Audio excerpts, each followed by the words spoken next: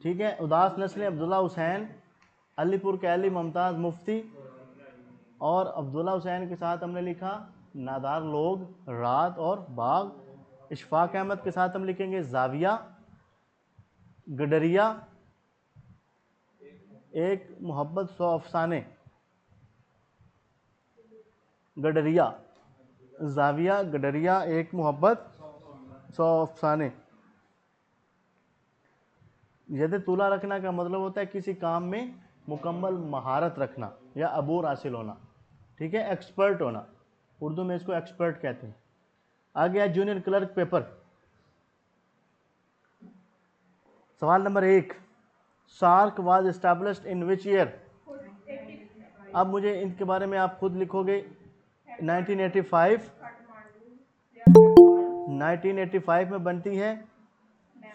Head quarter इसका काठमांडू में है, हेड क्वार्टर काठमांडू।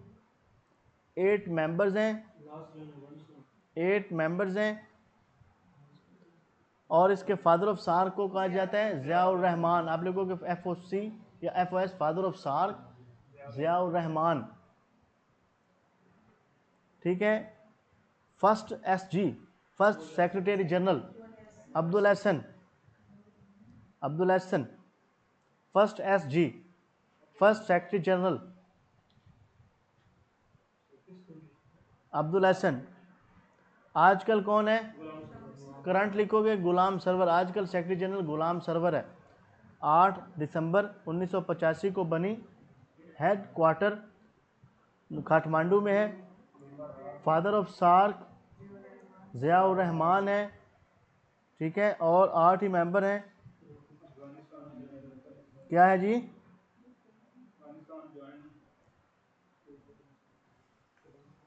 अफगानिस्तान ने कब ज्वाइन किया है? 2000।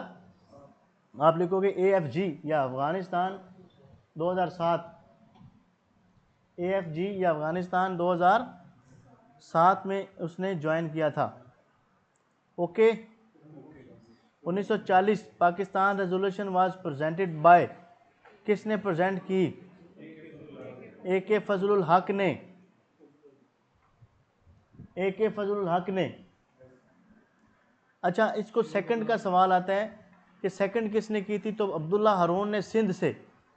अब्दुल्ला हारून के साथ आप लिखोगे सिंध, काजी ईसा के साथ आप लिखोगे बलोचिस्तान, और फिर पंजाब के साथ आप लिख दो पंजाब, नीचे लिख दो जफर अली खान, पंजाब जफर अली खान,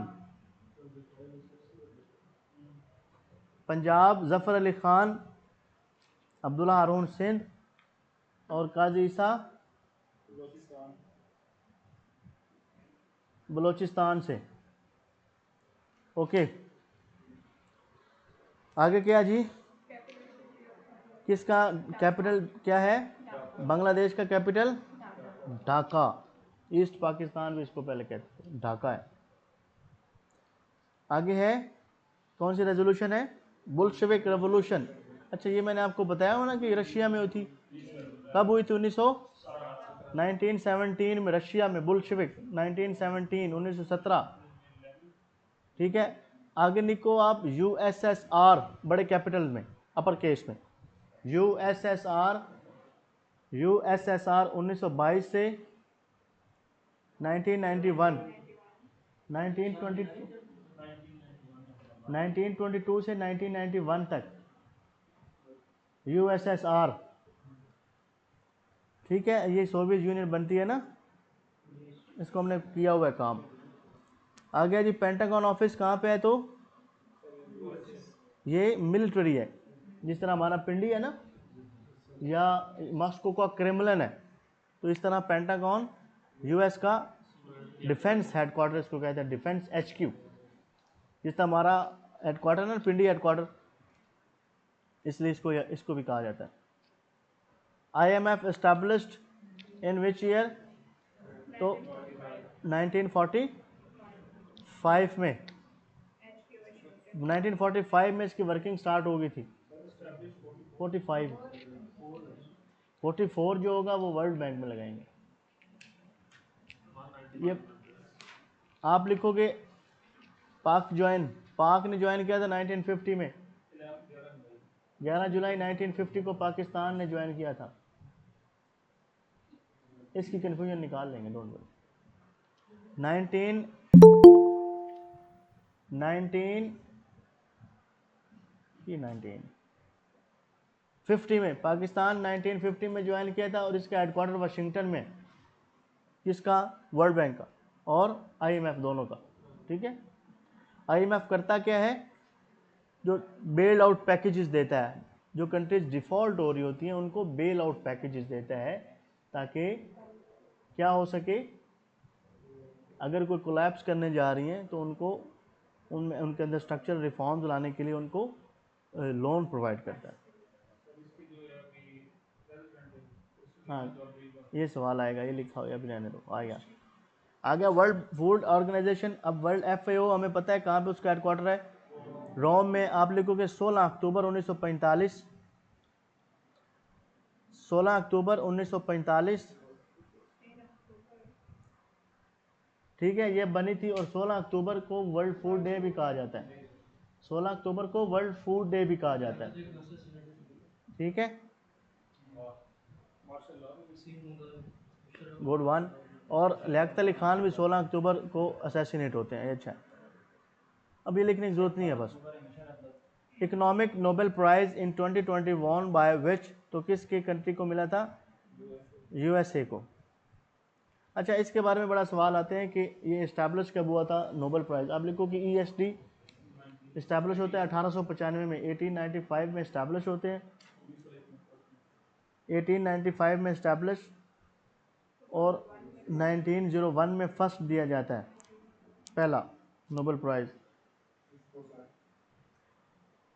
और उसके बाद हम लिखेंगे फर्स्ट नोबेल प्राइज की डेट क्या सर? काफ़ी ज़्यादा सारे। फिर आप लिखोगे अल्फ्रेड नोबल। अल्फ्रेड नोबल बंदा था स्वीडिश, स्वीडन का होता है, जिसने ये स्टार्ट किया था या जिसके नाम पे ये बना हुआ है, अल्फ्रेड नोबेल के नाम पे। ठीक है, क्लियर है? Good. World ranking number 1 university is, तो ये चेंज होती रहती है, लेकिन अभी इसने MIT लिखा हुआ है, बट ये जो रैंकिंग है ये चेंज होती रहती है, आप इसको उसके अकॉर्डिंगली करेंगे।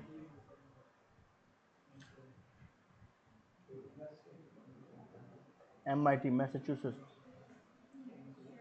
अच्छा, एक और सवाल आता है कि हार्वर्ड यूनिवर्सिटी कब बनी थी? 1636 में, हमने पीछे पढ़ा हुआ। हाँ, एक और क्वेश्चन आता है कि ओल्डेस्ट यूनिवर्सिटी कौन सी है? आप लिखोगे ओल्डेस्ट यूनिवर्सिटी ब्लोगना, BLOGNA, इटली में है ये। ब्लोगना यूनिवर्सिटी इटली में है, BLOGNA। मेरी ना अटेंशन डाइवर्ट होती है और उस चक्कर में सारा काम ख़राब होता है। तो आप ना, अगर आपको आता भी हो ना तो बस लिखते जाओ, ताकि मैं वो ऑलरेडी बोल दूँ आगे। जब मैं आगे चलने लगूँ कुछ पूछना तो देन आई विल आस्क, तो फिर इस तरह सारा काम ख़राब होता है। अगर आपको आता है आप चुप करके लिखते रहेंगे, मुझे बोलने देना। ठीक है, ओल्डेस्ट यूनिवर्सिटी हम लिखेंगे ब्लोगना, इटली में है, और 1088 1088 में 1088 में इस्टेब्लिश हुई थी ये। अब हमें पता है हार्वर्ड का सवाल आया हुआ है 1636 में, और बोलोगना का भी आता है, इटली में है, जो कि 1088 में है। ठीक है, who was the founder of kingdom Saudi Arabia, तो इब्ने साउद। अब ये कब इस्टेब्लिश होता है? 1934 में, 1934 में लिखेंगे, 1934। अब लिखोगे शाह फैसल, जो शाह फैसल लिखा हुआ है ना, इसके साथ लिखे 1974 विजिट पाकिस्तान। 1974 इस चाचू ने विजिट किया थी फैसलाबाद, सॉरी पाकिस्तान। इसके नाम पे फैसलाबाद भी चेंज हुआ, और ये जो फैसल मस्जिद है वो भी इसी के नाम पे है। ठीक है, पर थोड़ा बहुत सुनते भी हैं।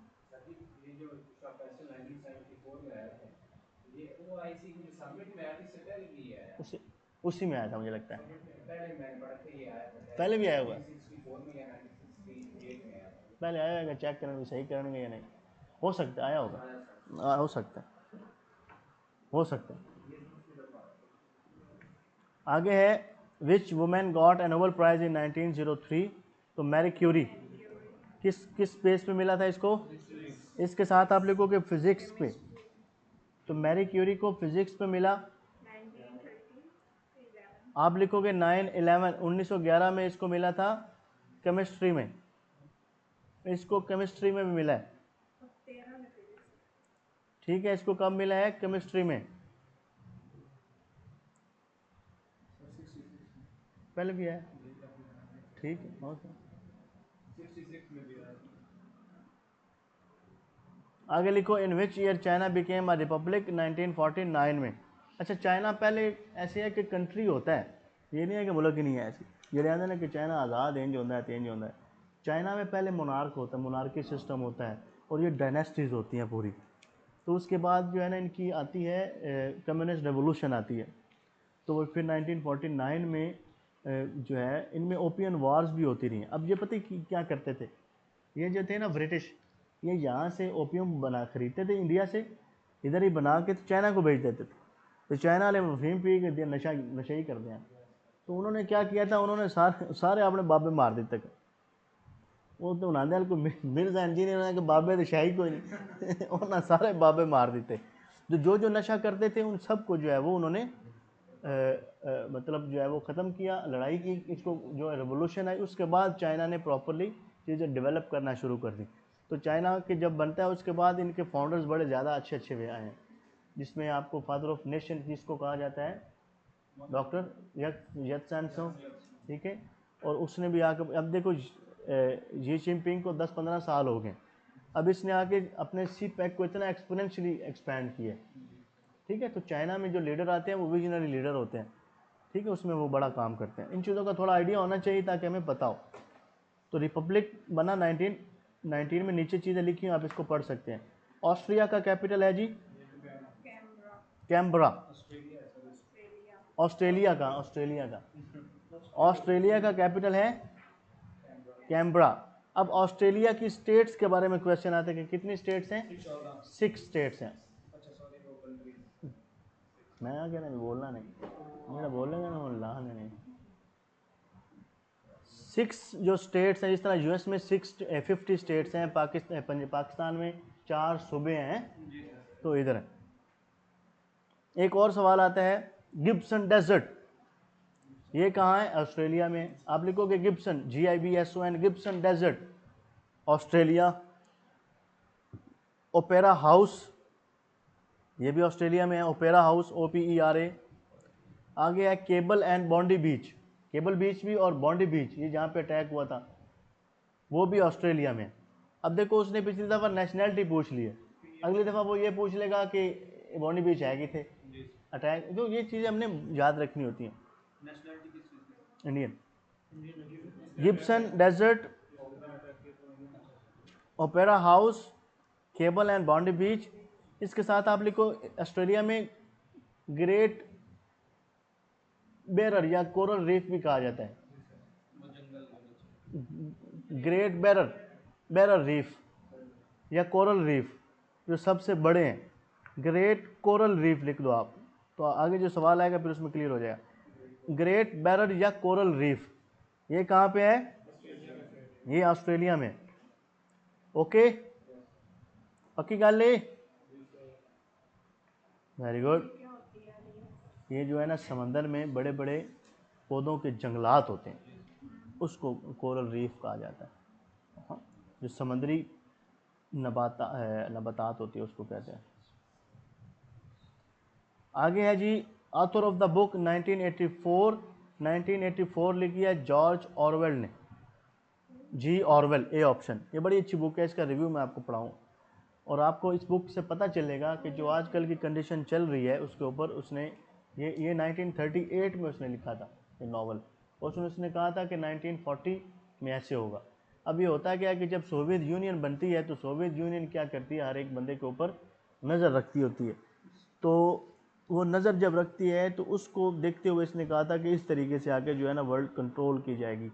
पहले ऐसे नहीं था, अब आपकी एक एक मूवमेंट हम कंट्रोल आसानी से कर सकते हैं। अगर मैंने आपको ट्रैक करना हो तो मैं आपका सबसे पहले मोबाइल डाटा निकालूंगा, ठीक है। उसके बाद मैं आपकी सोशल मीडिया पे जाऊंगा, आपको क्या पसंद है, आप किन किन आर्गूमेंट्स को देखते हो, आपकी क्या चीज़ें आप करते हो, आपके थॉट्स क्या हैं।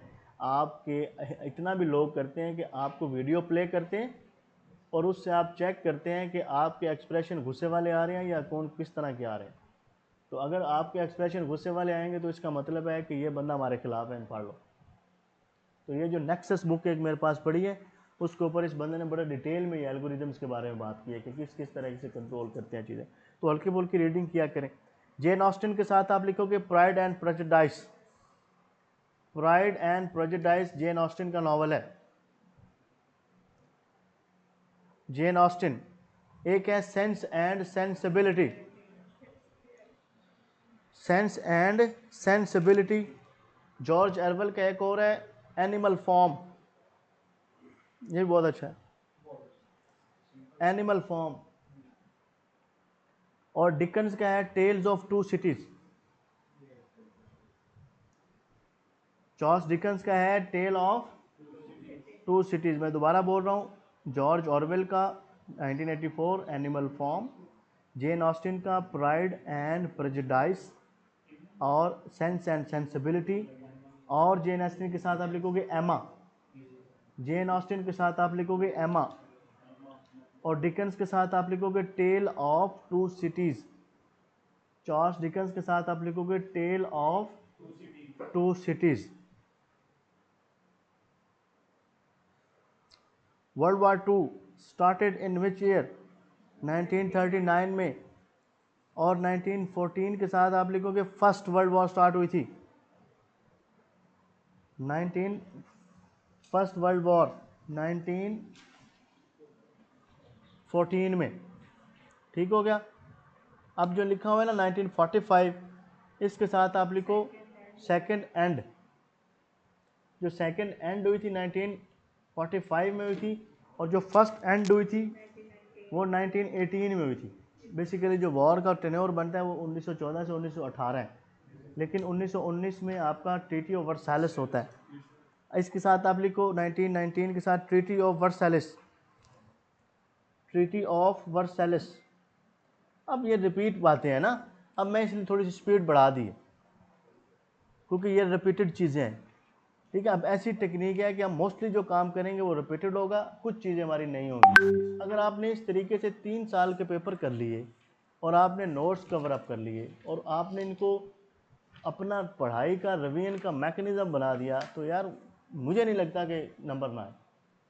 अब ईमानदारी से करना आपकी जिम्मेदारी है कि आप डेली बेसिस के ऊपर जो टास्क मैंने कल बताया था, सिर्फ एक स्टूडेंट मैंने शेयर किया है, बाकी किसी भी नहीं किया। सारियां सुतियां रही हैं किसी ने नहीं मुझे बताया कि हमने क्या क्या काम करना है, तो क्या क्या टास्क है। सादिया ने किया था सिर्फ। सादिया फिजिकल क्लास वाली, ऑनलाइन वाली नहीं, उन्होंने भी नहीं किया तो आप देखें ये बात क्या होती है, आप एक सेंस ऑफ रिस्पॉन्सिबिलिटी होती है जब आप ये काम करते हो खुद। अगर आप इनको चीज़ों को अडॉप्ट करोगे तो ये आपको सिस्टमेटिक बनाएंगे। जो बड़े अच्छे स्कूल होते हैं, जो आप बीकन हाउस चले जाएं, इस तरह और बड़े अच्छे स्कूल में चले जाएं, लम्स में चले जाएं, इसके बाद HSN में चले जाएं, तो उनके जो स्टूडेंट्स होते हैं दे आर वेल ऑर्गेनाइज्ड। आप उनसे बात करो ना, आपको ये पता नहीं वो क्या ही चीज़ें होती हैं, उनका माइंड इतना एक्सपैंड होता है, वो अपने काम के ऊपर प्रॉपर फोकस करके टाइम लगाते हैं। एक असी हैं डूस डूस चुप करके जनाब कभी की कीता। ठीक है, थोड़ा एक्टिव होके। अब मुझे आज शेयर करना है, वरना इंडिविजुअली सोटियाँ मारने हैं ऑनलाइन में। चलो अगला पेपर कौन सा है जी? पढ़ा करें यार, ज़्यादा पढ़ा करें। Assistant registrar cooperative. आगे है जी हमारे पास हेड क्वार्टर्स ऑफ ओपेक। अब देखें ओपेक मैंने आपको बता दिया, उसमें मेंशन किया हुआ है वियना में है ओपेक। ठीक है, और ये बनी कब है? 1960 में लिखेंगे। इसके साथ आप लिख दो the organisation of petroleum exporting countries. Organisation of petroleum exporting countries, तो ओपेक ये बनता है। हेडक्वार्टर वियना 1960 में बनी है। अब इसके पहले 12 मेंबर थे। अब आपने इसको कंफर्म करना है कि यूएई ने सर वाकई विड्रॉ कर ऑर्गेनाइजेशन लिया का या नेम नहीं किया। बोलिएगा अगर तो प्लीज। विड्रॉ कर लिया तो फिर 11 हो जाएंगे, क्योंकि एक्सक्यूज मी। खबर ये न्यूज़ आ रही थी कि उसने विड्रॉ कर लिया हुआ। अच्छा, जिनेवा एक्सक्यूज मी किसका सर। कैपिटल है? किसी का भी नहीं है। बर्लिन किसका है? जर्मनी का है। दोहा और वियना ऑस्ट्रिया का है। अब देखो रिपीटेडली, ठीक है, ये चीज़ें याद होनी चाहिए। Qatar, Doha, Berlin Germany, Vienna Austria. Which international day celebrated twice in year? तो एस्ट्रोनॉमी डे, जो एस्ट्रोनॉमी डे होता है ये, ठीक है। अब एक 22 अप्रैल जो कि स्प्रिंग में होता है, और एक 27 सितंबर या जो कि फॉल में होता है। ये 2 दिन मनाया जाता है, पता नहीं इनकी है। अच्छा, वाटर डे के साथ लिखोगे 22 मार्च। प्रेस फ्रीडम डे 3 मई। प्रेस फ्रीडम डे 3 मई को होता है। नीचे आप लिखोगे anti corporal punishment day. Anti corporal punishment day 30 अप्रैल। एंटी कॉर्पोरल पनिशमेंट डे 30 अप्रैल। Main purpose of International Atomic Energy Agency to seek US use atomic for peaceful purposes. उनका काम है कि जो एटॉमिक एनर्जी है आप इसको पीसफुल पर्पज के लिए यूज़ करें, एक दूसरे को गिराने के लिए नहीं। ये बनी कब है जी? 1957 में। H Q Vienna. H Q कहाँ पे है? वियना में है। एक है IEA International Energy agency 1974, headquarter Paris. आदि रिपीट है, हमने उसको बस याद करना है, दैट इज आवर टास्क। 1974 में IEA हेडक्वार्टर पेरिस में। आ गया जी US attacks on Afghanistan after which incident? तो 9/11 में। 9/11 हुआ था। उन्होंने अटैक किया था 7 अक्टूबर 2001 को। 7 अक्टूबर 2001 को अटैक किया था। अच्छा, एक और सवाल आता है कि दोहा अग्रीमेंट कब होता है? 29 Feb 2020 Doha agreement.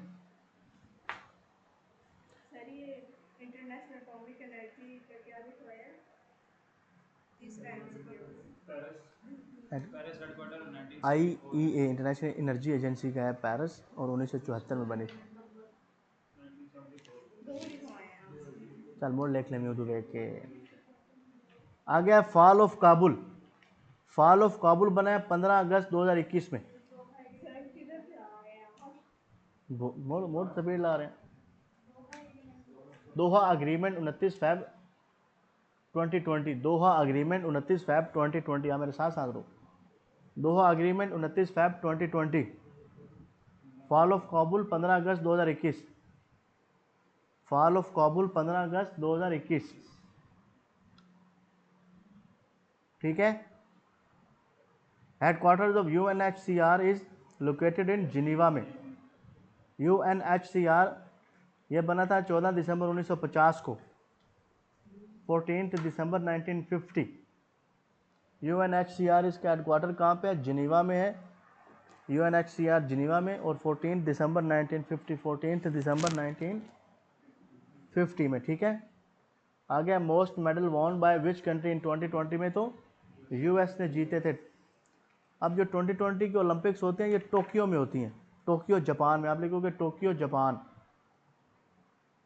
Tokyo Japan. अच्छा, 2024 की हुई थी पेरिस में। 2024 पेरिस। और 2028 की होंगी लॉस एंजलिस में, US में।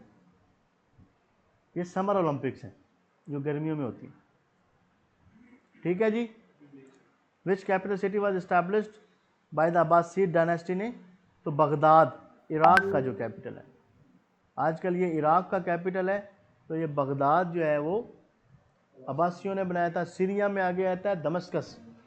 तो दमस्कस जो है वो उमवियों ने बनाया था, उमैयाद ने। हाँ, ये अब्बासी हैं। अब्बासीज के साथ लिख दो, अब्बासी 750 से 1258, अब्बासियों का टर्नओवर है 750 1258, जो अब्बासी ख़ानदान है। अब्बासियों के बाद सिलजोक आते हैं, सिलजोक के बाद ओटोमन आ जाते हैं, इसमें फातिमीज भी आते हैं। ये इस्लामिक हिस्ट्री एंड कल्चर ये आपको पता होना चाहिए। तो जो आपका होता है ना ये सुल्तान सलाहुद्दीन अयूबी, ये भी फातिमीद होता है, अब्बासी नहीं होता है, इनमें थोड़ा सा डिफरेंट है। ये बेसिकली ना ये जो खिलाफत है इसको पहले यहाँ एक चीज़ आप कॉमन समझिए, जो इस्लाम में ये चीज़ थी कि इस्लाम में जो आपका पॉलिटिकली रहनुमा होता है वो पॉलिटिकली वही हो सकता है जो आपका मजहबी रहनुमा हो, जो आपका मजहबी अमीर हो। आजकल तो आपका प्रेसिडेंट कोई और है, अलामा हमारा कोई और है, तो पहले ऐसे नहीं था, ठीक है। तो हमारा पहले जो मजहबी रहनुमा होगा वही हमारा पॉलिटिकली रहनुमा होगा, ठीक है। अब सबसे पहले जब खिलाफत राशिदा आती है, ठीक है, उसमें कुछ जो है वो डाउट्स हैं। उसके बाद जब इमाम हसन की खिलाफत आती है, अब उसके बाद जो है आगे रोला पड़ जाते हैं, बनी उमैया के मुआविया जो है वो आगे आ जाते हैं, ठीक है। अब ये क्या होता है कि यहाँ पे हज़रत इमाम हुसैन एक्चुअली जो बात करते हैं वो ये करते हैं कि भाई यहाँ पे जो कि मलूकियत आ जाएगी आगे। मलूकियत में क्या होता है कि इस्लाम में मलूकियत वो कहते थे कि अगर एक ख़ानदान की हुकूमत नहीं है, ठीक है, तो मलूकियत इसमें अगर एक ख़ानदान आता है उमैया तो उसके बाद उसका बेटा, उसका बेटा, उसका बेटा, उसका बेटा, तो ये अब ये पॉलिटिकली जो आपका इस्लामिक सिस्टम था वो कोलैप्स हो रहा था। तो अगर हम इन चीज़ों को देखते हैं तो इमाम हुसैन ये बात आगे फोर्सी कर रहे थे कि जो इस्लामिक पॉइंट ऑफ व्यू है, जो इस्लामिक पॉलिटिकल सिस्टम या कल्चर है, दैट विल बी डिमोलिश्ड, और वही हुआ, ठीक है। अब क्या हुआ कि हज़रत इमाम हुसैन ने उनकी किसी की बैत नहीं की, ठीक है। अब उसको सप्रेस करने के लिए तो फिर ये सारे मामलात जो हैं वो होते रहे, इनके ख़िलाफ़ फतवे भी निकाले गए। वो फतवे क्यों निकाले गए? क्योंकि ये इनको सप्रेस करने के लिए। जब ये इतना जुल्म कर दिया गया तो फिर पैट्रोनेज का कॉन्सेप्ट होता है, तो फिर जो मौलवी थे, ये मुल्ला थे, उनको पैट्रोनेज दे के उनसे अपना जुर्म बचाने के लिए जो है वो हदीसें भी गढ़वाई गई, उनसे काम भी करवाए गए, उनसे सारी चीज़ें करवाई गई। वो किस लिए? क्योंकि हमने जो किया है इसको, अब ये बेसिकली पॉलिटिकली चीज़ें ख़राब हुई थी, क्योंकि इमाम हुसैन ये चाह नहीं रहे थे। अब आज भी यही मसला है।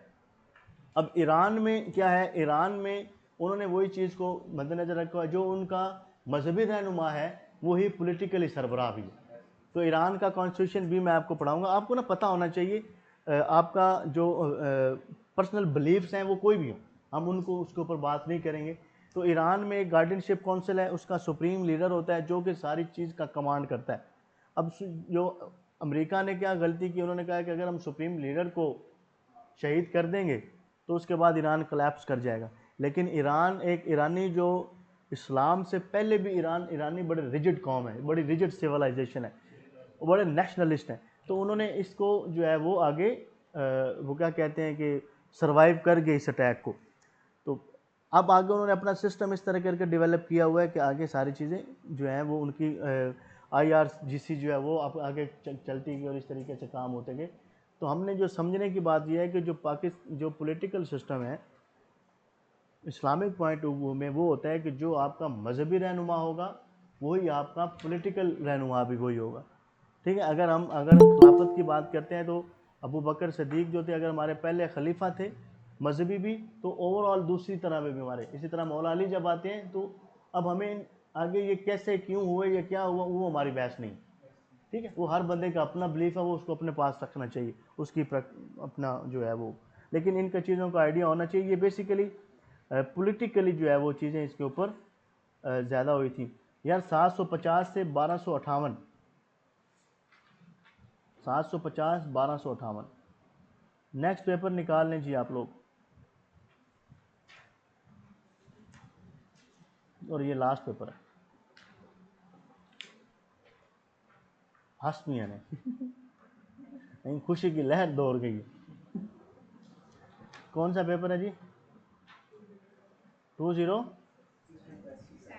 207 असिस्टेंट पैसिव पढ़ेंगे। Planning to achieve certain objective is called strategy.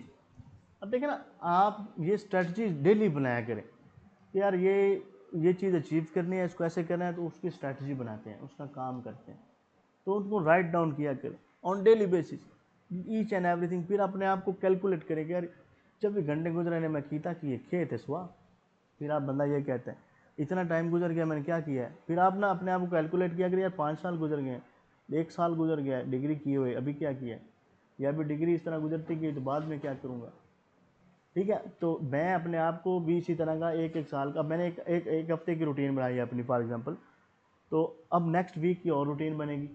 तो आप इस तरह की चीज़ें सीखा करें। The Treaty of Westphalia ended in 1648, तो 30 years war Catholic versus Protestant Spanish Protestant हाँ जी। The first written constitution Magna Carta was signed in which year 1215। King John's and baron of England या baron of London, King John and baron of London, इनके दरमियान ये Magna Carta हुआ था। Highest military award given by the United Kingdom, Victoria Cross. जो Victoria cross है ये United kingdom का है, और कनाडा का भी विक्टोरिया क्रॉस है। आप कनाडा भी साथ लिख दो, विक्टोरिया क्रॉस कनाडा का भी है। जो मेडल ऑफ ऑनर है ये यूएस का है, मेडल ऑफ ऑनर के साथ लिखोगे यूएस, सी ऑप्शन। आप साइड पे लिखो रशिया, उसका है order of Saint George, Russia का है order of Saint George, order Russia का है ऑर्डर ऑफ सेंट जॉर्ज। जो है मेडल ऑफ वैलर इटली का है, medal of valour Italy, Saint George. ये बी ऑप्शन के साथ इटली लिख दो, बी के साथ इटली लिख लो। Medal of honour Italy, change नहीं है, हैं वो है चक्र बाद है। Treaty of Versailles was signed between Germany and the allied forces, 1919 में हुआ, 1919 लिखेंगे और लिखेंगे 32 कंट्रीज। 1919 में होता है और 32 मुल्कों के दरमियान, 1919 में और 32 मुल्कों के दरमियान। जर्मनी का कैपिटल, यूके का, यूएस का, टर्की लिख लाए भूल रहा पे टर्की के साथ लिख लो अंकरा, ये भूल रहा था, भूलना नहीं चाहिए, बस बाकी चीज़ें याद होंगी। ओके हो गया। Question number 6, World Scout Organisation Lord Baden Powell ने कब स्टार्ट की थी? 1907 में या 10 में? 1907 में। चलो जी। जमाल अब्दुल नसर ने के साथ लिखोगे नेशनलाइजेशन, ये मैंने आपको करवाया हुआ ना, तो 1956 में इसने की थी। अच्छा, अब जो आपकी स्विस कनाल है ये किस किस को कनेक्ट करती है? वाह, सारे मिलकर पढ़ो सुभान अल्लाह। Mediterranean Sea versus Red Sea, Mediterranean and versus Red Sea, Swiss canal connect करती है Mediterranean Sea and Red Sea. अच्छा, इसके साथ आप लिखोगे कितने परसेंट ट्रेड है? 15% ट्रेड। क्या बात, वाह, प्लेयर बन गए। 15%। ओके हो गया, चलो गुड। कंप्लीट कब हुई थी? 1869 में कंप्लीट हुई थी। लिख दो कंप्लीटेड 1869। लिख दो जी, लिख दो।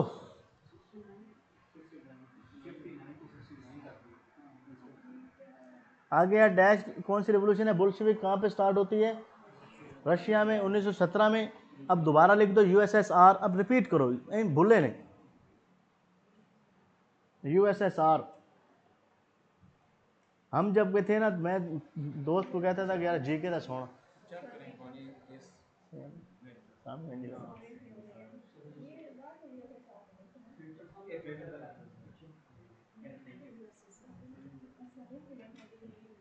ओके हो गया जी।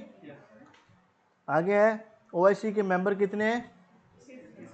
57। कब बनी है? लिखते जाओ 1969। हेडक्वार्टर जद्दा में है। वाह। और लैंग्वेजेस कितनी है? 3 लैंग्वेजेस हैं official. Again repeat, 57 headquarter Jeddah, 1969 में बनी, 3 लैंग्वेजेस हैं।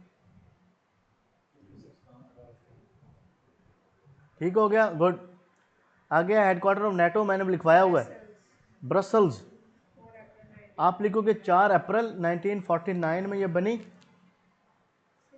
4 अप्रैल 1949 में ये बनती है। और मेंबर 32 मेंबर हैं, 32 मेंबर्स। गुड हो गया। इनिशियली आप लिख दो जी, इनिशियली 12 लिख दो, इनिशियली 12। अब इसका जो प्रेसिडेंट है वो मार्क रूट है, MARKRUTE, मार्क रूट। इसका जो प्रेसिडेंट है वो मार्क रूट है, प्रेसिडेंट मार्क रूट। ठीक है। आगे है जी, क्या है? Father of Singapore Lee Kuan Yew, father of Singapore. अच्छा, जो ली क्वान यू है ना, इसकी एक बुक है, उसने ये बताया है। अब ये सिंगापुर जो सिटी है ना, अब कंट्री है, छोटा सा कंट्री है, इतना जो मैप के ऊपर बिल्कुल छोटा सा। अब इसको मलेशिया किसी दौर में अपने साथ नहीं मिलाता था। ये कहता था कि चल यार, जिमें आंदे ना जिमें वो गरीब दा बाल हो ना, चल दिया निकल भज तू कि आ जाता लिमाटा जी है। अब इसको ना वो साथ ही नहीं मिलाते थे। अब इसने इतना काम किया अपनी ये ली क्वान ये ने, ये कोई 31 ईयर्स के कितने यहाँ पे उनका प्रेसिडेंट प्राइम मिनिस्टर है, बाद में सर्च करके लिखना, बड़ा टाइम ये प्राइम मिनिस्टर है। अब इसकी एक बुक है, वो मैंने पढ़ी थी। इस बुक में वो एक एक स्पेसिफिक एरियाज़ को बताता है कि मैंने किस तरीके से इनके पॉलिटिशियन को सही किया, किस तरीके से मैंने आर्मी को ठीक किया, किस तरीके से मैंने पुलिस को ठीक किया, किस तरीके से मैंने बिजनेस को जो है वो ग्रो किया। और आज सिंगापुर जो है वो डेवलप्ड नेशंस में आता है। ठीक है। तो अब बात यह है कि जो भी कोई काम होता है, कोई ना कोई विजनरी लीडर आता है और वो उसके ऊपर काम करवाते हैं। तो हर एक फैमिली में, हर एक कंट्री में, हर एक इलाके में इस तरह के लोग होते हैं। लेकिन बात सिंपल सी है कि वो काम तो करे ना। ठीक है। इतने बस मेरिया गल्लां सुन के तो जाके सह जाना, तो यही तो नहीं ना होना, काम करने पड़ेंगे, यही भी नहीं करना। चले आगे है, क्या है? स्टोनहेंज। यूनेस्को में आपको मैंने बताया हुआ कि यूके में। ठीक है। यूनेस्को के साथ लिखोगे 1945, headquarter Paris. UNESCO 1945, headquarter Paris में। फीफा वर्ल्ड कप तो कब हुआ था? ये क्या 2030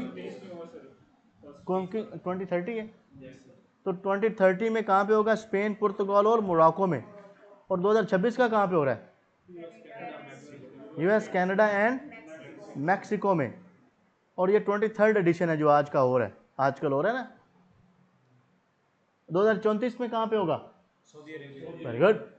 2034 अब लिखोगे, साथ लिखो सऊदी अरेबिया। अब ये पता होना बड़ा जरूरी है, खेड़ी है या ना खेड़ी है। सही है। स्पेन में 2030 में होगा, ये बड़ा अच्छा सवाल है। स्पेन, पुर्तगाल और मोरक्को। और 26 का यूएसए, मैक्सिको एंड कनाडा में हो रहा है। और 34 का सऊदी अफ्रीका, नॉर्थ अफ्रीका में, बिल्कुल उनके साथ पड़ता है जिब्राल्टर, और आगे स्पेन आ जाता है। ये मैं मुझे वो बिल्कुल कॉर्नर। हाँ ओके, यहाँ तक क्लियर है भाई? कोई सवाल है तो पूछो, बाकी कल। यहाँ तक का किसी को कोई क्वेश्चन है तो यू कैन आस्क। अब मुझे आपने डेली रिपोर्ट भेजनी है यार कि कितना काम कितना किया है, कैसे कर रहे हो। अगर आप इस तरह इनडिफरेंट रहेंगे जी, 4 साल बाद होता है, तो फिर मुझे समझ नहीं आएगी आपको किस तरीके से पढ़ाना है। तो हमने अपने जो डिफरेंसेस हैं उनको क्लियर करना है कि आपको समझ आ रही है या नहीं आ रही, कौन सा काम करने में मुश्किल पेश आ रही है तो उनको ठीक करेंगे। जी फीफा, ठीक है जी।